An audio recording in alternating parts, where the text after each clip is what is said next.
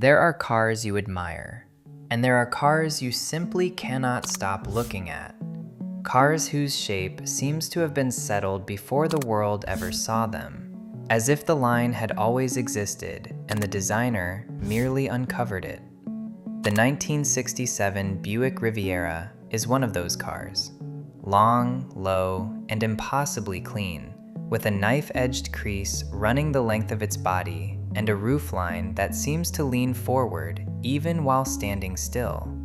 For many people who spend their lives studying automotive design, this single car represents something specific and almost unrepeatable: the architectural peak of post-war American car design.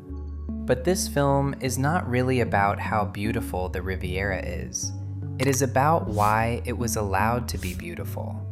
Because the 1967 Riviera was born in a brief window of time when an American designer could still draw a line by pure conviction, before the committees, the regulations, and once you understand that, you cannot look at this car the same way again. To understand this car, you first have to understand the man who ran the room it was born in. To understand the 1967 Riviera, you first have to understand the man who ran the room it was born in.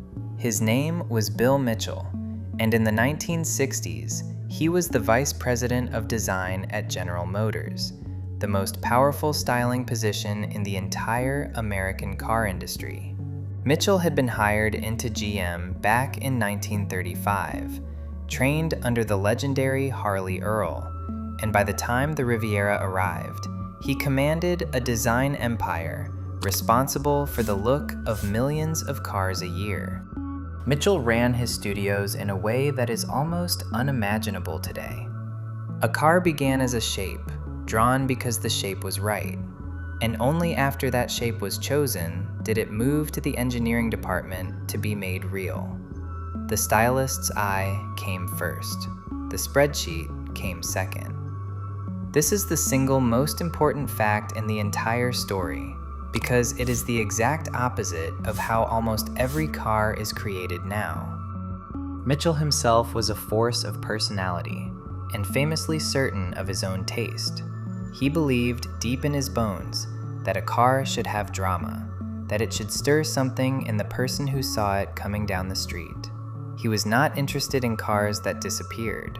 He wanted cars that announced themselves.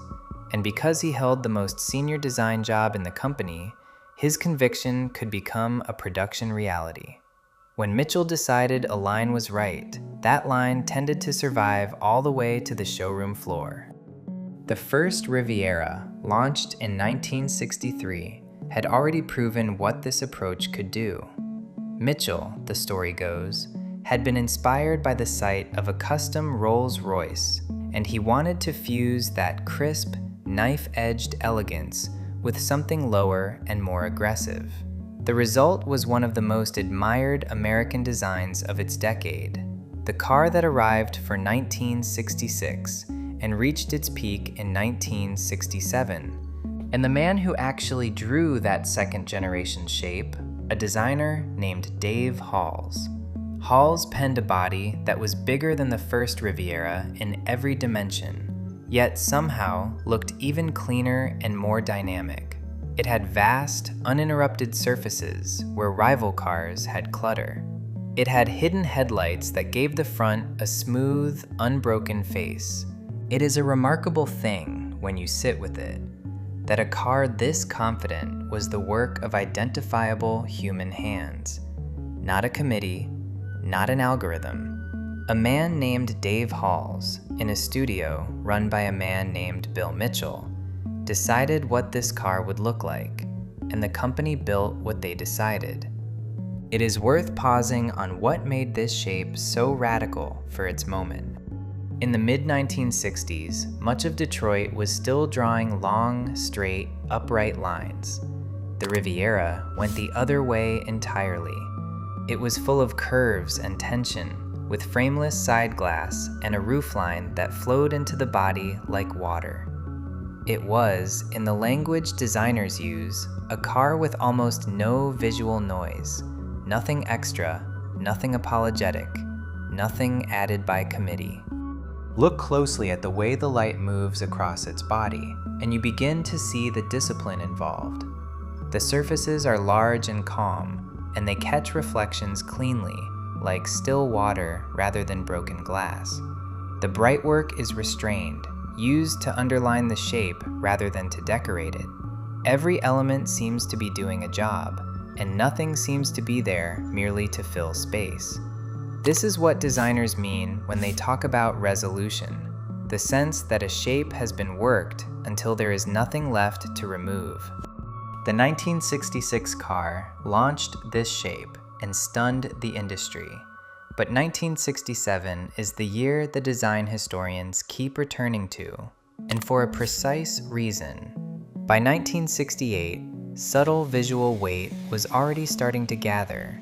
By 1970, soft suspension and fussy conservative touches, like rear fender skirts, were giving the once sleek Riviera a heavier, almost matronly air. The peak was not a long plateau, and in 1967, the mechanical side of the car finally rose to match the artistry of its shape. That year, Buick replaced the older engine with a new 430 cubic inch V8, producing 360 horsepower and a wave of torque. For the first time, the Riviera moved the way it looked like it should. The car that had always promised motion while standing still could now deliver it. The shape and the substance, for one model year, were in perfect agreement. There is one more detail that reveals exactly how this car was made, and how differently it was made from today.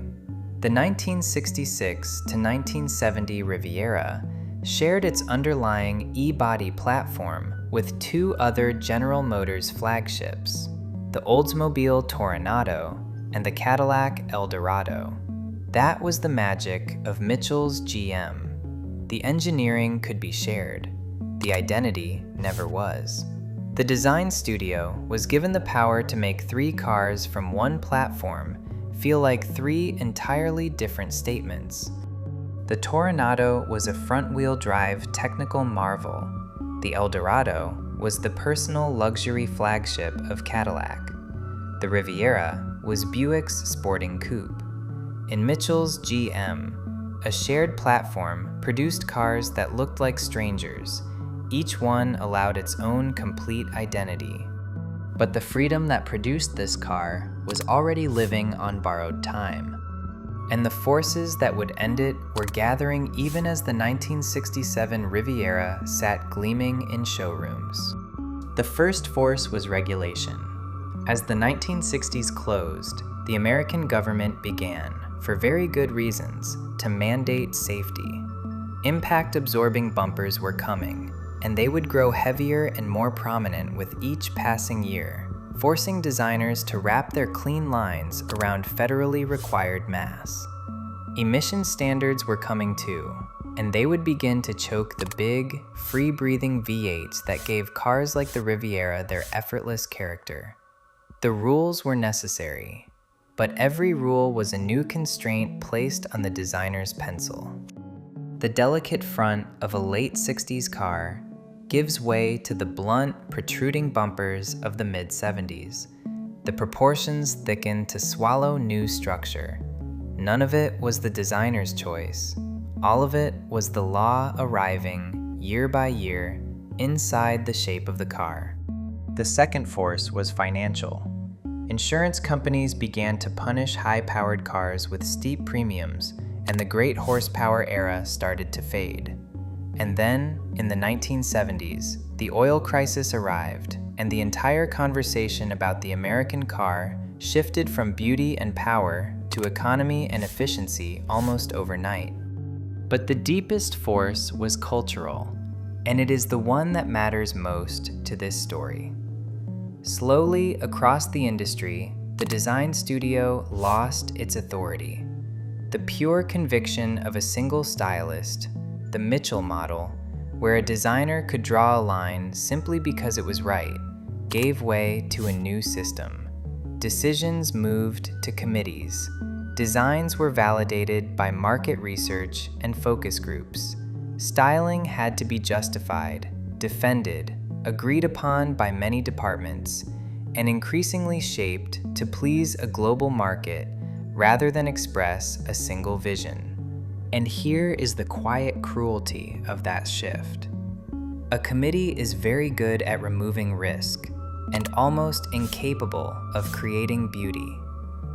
A confident designer can override that objection. A consensus process cannot. So, decade by decade, the boldest lines were sanded away, not because anyone decided beauty did not matter, but because no single person was left with the authority to insist on it. And this is why the 1967 Riviera matters far beyond its beauty. We tend to assume that design, like technology, marches steadily forward, that each decade improves on the last, that cars must be getting better looking as they get better engineered. The Riviera tells a more uncomfortable truth. American car design did not climb slowly toward a peak that is still ahead of us. It reached its peak at a specific moment, with specific cars, made under a specific freedom, and then it walked back down into industrial conformity. The 1967 Riviera looks the way it does because, at that exact moment, a designer was still allowed to win an argument with a drawing. The shape was permitted to come first. And the things that make this car so timeless, the clean surfaces, the fearless single line, the confidence to be different, are precisely the things that a committee and a focus group find easiest to erode. It is worth being honest about the trade, because it was not a foolish one. Modern cars are safer, cleaner, more efficient, and in countless ways more capable than the Riviera ever was. A driver today survives crashes that would have been fatal in 1967, breathes cleaner air, and burns far less fuel.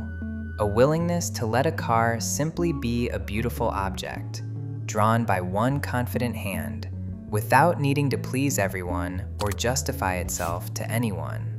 The Riviera came from the last moment that fearlessness was standard practice. And perhaps that is why these cars hold us the way they do.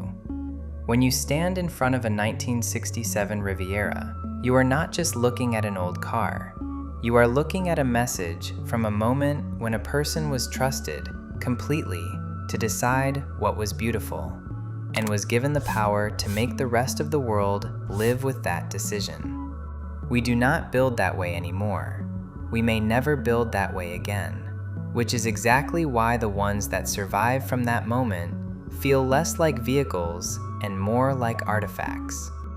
American car design did not slowly improve toward a peak. The 1967 Riviera is what that peak looked like. A car drawn by Dave Holls in Bill Mitchell's studio in the final season when beauty was still allowed to come first.